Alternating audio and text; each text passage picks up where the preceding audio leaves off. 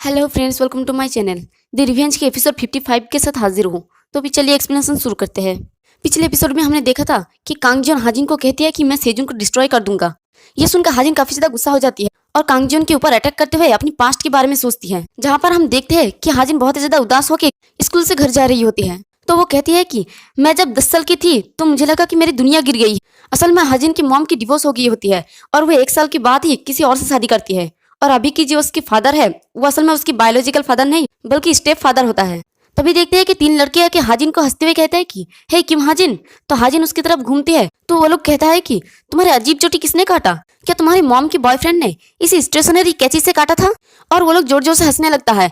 तो उन लोगों को हंसते हुए देखकर हाजिन की आंखों में आंसू आ जाती है और वो कांपती हुई आवाज में कहती है कि तुम बेवकूफ हो, ये उनका बॉयफ्रेंड नहीं था, उसने मेरी मॉम से शादी किया, इसलिए वो मेरे स्टेप डैड है। तो उनमें से एक लड़का कहता है कि ओ सच में सॉरी।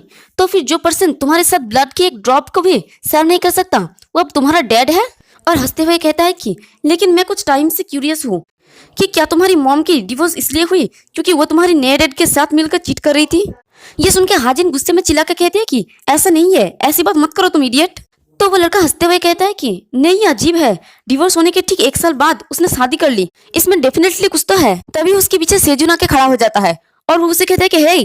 तो वो लड़का पीछे मुड़ के कहता है कि क्या हुआ फैटी? तो सेजुन कहता है कि तुमने अपने डेस्क पर अपना फोन छोड़ दिया है, क्या ये न्यू फोन नहीं है? ये सुनते ही वो लड़का डर के कहता है कि हाँ तुमने सही कहा। और वो तीनों ही स्कूल की तरफ वापस भागते हैं।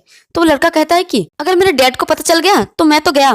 तो उनमें से एक लड़का कहता है कि क्या ये लेटेस्ट मॉडल नहीं है, तुम इसे क्यों ले आया इडियट? तो उन लोगों के जाने के बाद सेजुन हाजिन की तरफ देखती है तो हाजिन कहती है कि तुम्हारे साथ अब क्या है, तुम क्या देख रहे हो? और वो खुद को रोक नहीं पाती और रोती हुई कहती है कि तुम पिगी, क्या तुम भी मेरे मजाक उड़ाने वाले हो? तो सेजुन कहता है कि चॉपी बैंक्स। ये सुनकर हाजिन कहती है कि क्या चॉपी बैंक्स? तो सेजुन कहता है कि तुम्हारे हेयर स्टाइल का नेम है चॉपी बैंक्स, इसमें एक रेट्रो वाइब है, चोटी तुम्हारे आईब्रोज को दिखाते हैं इसलिए ये क्यूट है, लेकिन अगर तुम्हारी शेप बैलेंस नहीं है तो ये ब्लो कट जैसे दिखेगा। तुम्हारी तरह इस हेयर स्टाइल को बनाना बहुत हार्ड है।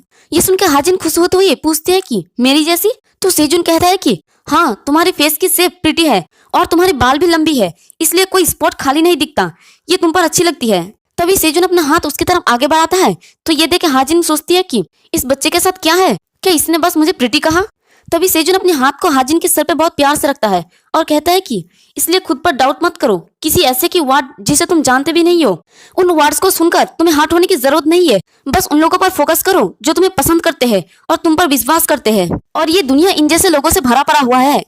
फिर वो दोनों स्कूल से बाहर जा रहा होता है तो हाजिन पूछती है कि तुम्हें ये सब कैसे पता? तो सेजुन कहता है कि मेरी मॉम कहती है। तो हाजिन कहती है कि वो जरूर ही अच्छी पर्सन होगी। तो सेजुन कहता है कि हाँ वो सच में अच्छी है। तभी हाजिन उससे पूछती है कि क्या आज तुम्हें कोई लेने आ रहा है? तो सेजुन कहता है कि इन दिनों मैं अकेले ही जाता हूँ, लेकिन मेरे डैड का एक दोस्त मुझे लेने आ रहा है। तो हाजिन आहिस्ता से कहती है कि ओ अच्छा, मेरा न्यू डैड मुझे लेने आ रहा है। ये सुनकर सेजुन कहता है कि हाँ मुझे पता है। तो हाजिन पूछती है कि तुम्हें कैसे पता? तभी हाजिन के डैड वहां पर आ जाते हैं तो सेजुन उन्हें हेलो कहता है तो हाजिन उन्हें हैरानी से देखती है। तभी हाजिन का डैड कहता है कि हे हाजिन, यहाँ क्या मैंने तुम्हें बताया कि मैं आज तुम्हें लेने आ रहा हूँ? तो हाजिन भी उन्हें हेलो कहती है और आहिस्ते से पूछती है कि लेकिन क्या आप इस बच्चे को जानते हो? तो हाजिन के डैड पीछे देख के कहता है कि हाँ सेजुन, वो मेरे फ्रेंड का बेटा है, आज वो थोड़ा सा बिजी था इसलिए मैं उसे लेने आ गया, और तुम दोनों एक ही स्कूल में जाते हो इसलिए ये आसान है, शायद तुम दोनों एक दूसरे के साथ अनकंफर्टेबल हो। तभी ये सुनकर हाजिन जल्दी से कहती है कि नहीं नहीं हम ठीक है, हम इतने भी क्लोज नहीं है, मुझे साथ जाना पसंद है। तो हाजिन का डैड उन दोनों को ऐसे देखकर हंसते हुए अपने मन में सोचता है कि इन दोनों को तो देखो। फिर वो सेजुन को कहता है कि सेजुन मेरा कार उस तरफ है, चलो चलते हैं। तो सेजुन कहता है कि मुझे पहले कुछ फेंकना होगा, मैं बाद में आपका साथ पकड़ लूंगा। और फिर वो अपनी जेब में हाथ डालता है और उस लड़के का फोन बाहर निकलता है और वो उसे डस्टबिन में फेंक देता है। और वो सेजुन की डैड के पास जाके कहता है कि मेरा वेट करने के लिए आपका शुक्रिया। तो हाजिन की डैड कहता है कि इसका मेंशन मत करो, वैसे तुमने क्या फेंका? तो सेजुन झूठ बोलते हुए कहता है कि सनग्लासेस। फिर हाजिन कहती है कि मेरी दुनिया जिसके बारे में मैंने सोचा था कि वो गिर गई थी, वो अब मजबूत और खुशहाल हो गई है। एक न्यू सॉलिड पिलर का शुक्रिया जिस पर मैं भरोसा कर सका, और जैसे जैसे टाइम बीता उस दुनिया का डोर ओपन हो गया, मैंने किसी न्यू को अपनी दुनिया में इनवाइट किया, इस तरह मेरी दुनिया परफेक्ट होना शुरू हुआ, उन सभी लोगों के साथ खुशी से रहना जो मुझे पसंद है। लेकिन एक कहावत है कि यही वजह है कि हम ट्रेजेडीज के बारे में सीखते हैं। क्या ये पूरे लाइफ में किसी भी रूप से अनकंडीशनली आता है? इसलिए हम इसके सामना करने से पहले थोड़ा अनुमान लगा सकते हैं, अदरवाइज तुम इमोशनल शॉक से उबर नहीं पाओगे। चाहे तुम अच्छे हो या बुरे, ट्रेजेडी बिना किसी रिगार्डलेस के आते हैं। और पार्टिकुलर अनअवॉइडेबल ट्रेजेडी में तुम्हारे एफर्ट्स के बावजूद चेंज नहीं होगी। और हम देखते हैं कि सेजुन की मॉम की डेथ हो गई होती है। तो मॉम की डेथ की वजह से सेजुन बहुत ही उदास होकर एक सीढ़ी पे बैठा होता है। तभी हाजिन उसे ढूंढते हुए आती है तो उसे सामने सेजू नजर आता है। तो वो कहती है कि ये पिलर बनने के लिए इनफ था, वो कभी ब्रेक या क्रैक जैसा नहीं लगा। तो मैंने उस बच्चे के लिए सोचा जो मेरी दुनिया का पिलर था। मुझे भी उसके लिए वैसा ही बनना है ताकि उसकी दुनिया बिखर न जाए। मुझे उसको प्रोटेक्ट करनी है। और हाजिन सेजुन की पीछे वाली सीढ़ी पे बैठ जाती है और कहती है कि कभी कभी एक फ्रेंड की तरह, कभी कभी एक लवर की तरह, या फिर सिबलिंग्स की तरह, और कभी मदर की तरह। और सीन प्रेजेंट में आ जाते हैं। हाजिन गुस्से में कांगजिन को पूछती है कि तुम सेजुन को डिस्ट्रॉय करना चाहते हो? तुम करके तो देखो। तुम होती कौन हो सेजुन को डिस्ट्रॉय करने वाली? तुम्हारे पास जो भी रीजन हो मैं इसे अलाउ नहीं करूंगी।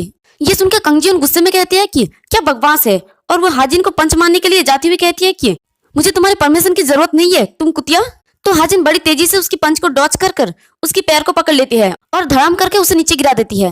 और अपने पैरों को सामने की तरफ करके उसकी दोनों हाथों को अच्छी तरह से पकड़ लेती है ताकि वो पंच ना मार सके और न ही किक। तो कंगजिन गुस्से में कहती है कि तुमने आखिरकार अपनी असली रंग दिखाई दी कुतिया। तो हाजिन कहती है कि क्या बकवास है, मुझे बताओ कि तुम कौन हो और अचानक से हमारे पास क्यों आ रहे हो। तो कंगजिन हंसती हुई कहती है कि मैंने तुमसे कहा ना बेवकूफ कुतिया कि मैं तुम दोनों को डिस्ट्रॉय करने के लिए यहाँ आई हूँ, और मैं तुम दोनों को तब तक अलग करना चाहता हूँ जब तक कि तुम दोनों एक दूसरे से नफरत न करने लग जाओ। और वैसे तुम्हारा बॉयफ्रेंड पहले ही खुद को बर्बाद कर चुका है। ये सुनते ही हाजिन हैरानी से कहते हैं कि क्या तुमने सेजुन के साथ क्या किया। ये सुनकर कंगजिन जोर जोर से हंसते हुए कहते हैं कि मैंने, ये तुम क्या कह रही हो, मैंने तो अभी तक स्टार्ट भी नहीं किया है। उसे बर्बाद करने वाली तो तुम हो, तुम्हारी वजह से बेवकूफ कुतिया। ये सुनते ही हाजिन को एक बड़ा सा झटका लगती है और वो कांगजिन को छोड़ देती है। तो कांगजिन कहती है कि क्या तुम सच में कुछ भी नहीं जानती।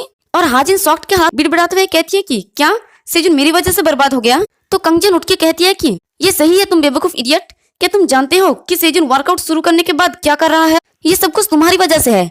और तभी सेजुन आके उसके मुंह पे बहुत जोर से पंच मारता है और कहता है कि तुम्हारे जैसी कमीनी को अभी भी इंसान कहला ही नहीं जा सकते।